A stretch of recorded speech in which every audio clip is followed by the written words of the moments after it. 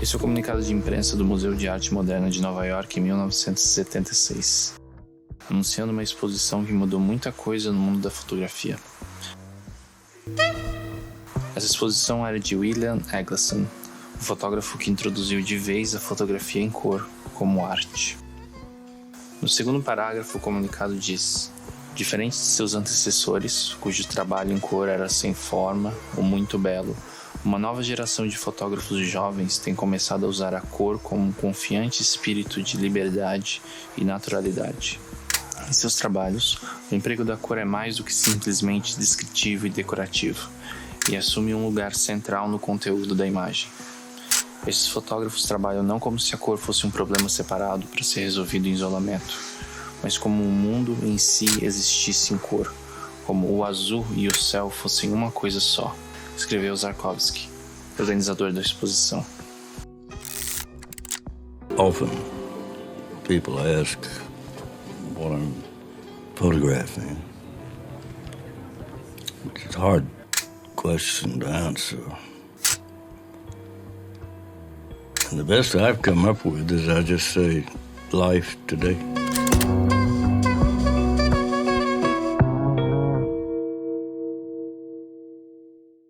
Na minha adolescência, quando eu comecei a me interessar por fotografia, See? I just took 2 pictures of the cameraman and I don't even know him. It's fun. procurava sobre fotógrafos famosos de inspiração e eu logo achei os nomes do cânone da fotografia: Henri Cartier-Bresson, Sebastião Salgado, Ansel Adams, Robert Frank.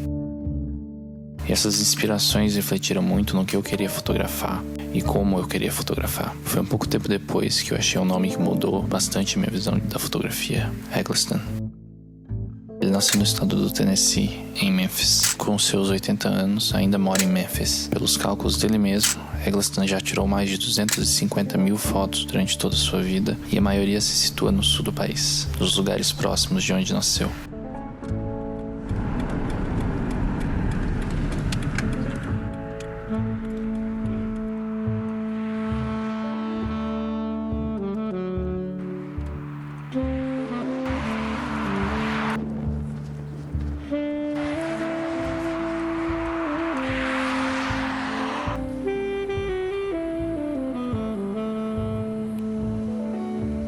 Quando criança, Eggleston adorava comprar cartões postais e cortar fotos de revistas. Ele ganhou a primeira câmera aos 18 anos e aprendeu sozinho a fotografar. Suas primeiras fotografias em preto e branco foram influenciadas pelo livro The Decisive Moment, de Cartier-Bresson.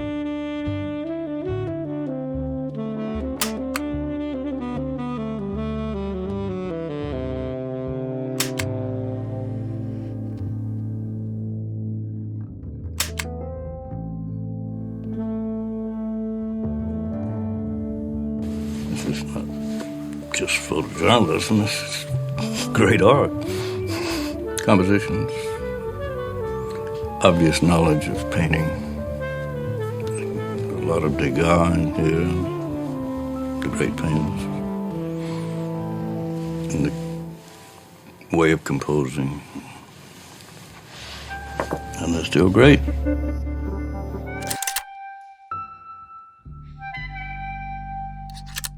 Mas logo em 1965, Eggleston usou seu primeiro rolo fotográfico colorido e mudou radicalmente a fotografia para sempre. Experimentos com a fotografia colorida começaram no século anterior, mas em 1935, com o Kodachrome, a fotografia colorida começava a se tornar amplamente disponível para todos. Imagine a picture so sharp and so vivid that the finest detail is etched clearly and unforgettably. That's why Kodak makes Kodachrome film, the sharpest color slide film you can buy.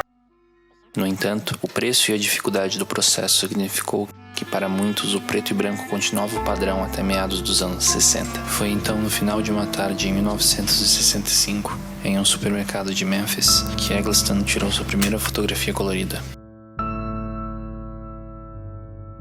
Com o sol iluminando um menino que trabalhava no local e carregava os carrinhos. Eggleston não mudou a forma de fotografar, nem as cenas que o interessavam, mas a fotografia colorida finalmente conseguia apresentar sua composição em totalidade. Entre 1973 e 1974, Eggleston começou a experimentar com dye transfer, um método de impressão muito usado na época para publicidade. As tintas usadas nesse processo eram espectralmente muito puras e o processo possuía uma grande gama de cores e escala tonal quando comparado com outros processos. Para fazer uma dye transfer, que é basicamente uma transferência de tinta, você precisa separar as cores dos negativos. O processo começava com um pedaço de filme sem nada e aplicando as matrizes coloridas uma por cima da outra. O espectro completo de cores era obtido através da combinação do ciano, o amarelo e o magenta.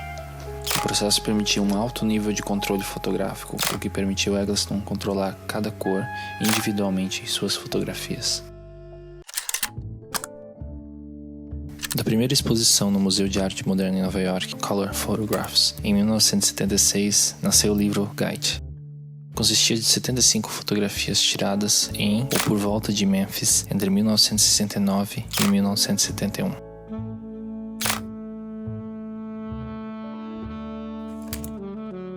Essa foi a primeira exposição individual de fotografia em cores no museu. Para contextualizar ainda mais, o fotógrafo Walker Evans, em 69, escreveu que existem apenas 4 simples palavras para o assunto, que devem ser sussurradas. Fotografia colorida é vulgar. Diferente de muitos fotógrafos da época, como Walker Evans e Ansel Adams, e até de fotógrafos contemporâneos como Stephen Shore, que geralmente usam câmeras de grande formato, Eggleston deriva seu trabalho principalmente de sua coleção de 300 Leicas e Canons, e geralmente trabalha com filme 135. São câmeras que, quando comparadas às câmeras usadas por fotógrafos profissionais, requeriam pouco conhecimento e quase nenhum treinamento para fotografar. Eggleston estava aderindo e assumindo todas as características que fotógrafos tentavam se afastar. Não é de se surpreender que a exposição foi vista com estranhamento e desdém entre críticos e fotógrafos. Ansel Adams escreveu em carta ao curador da exposição que encontrou pouca substância nas fotografias. A reação negativa na época foi quase unânime. Um crítico de arte do New York Times chamou de a exposição mais odiada do ano na fotografia. Hoje em dia, a reputação da exposição foi radicalmente revisada e a estética de Eggleston citada como influência por muitos. Well, I have to say, I like them all. That's important to say. I like them all.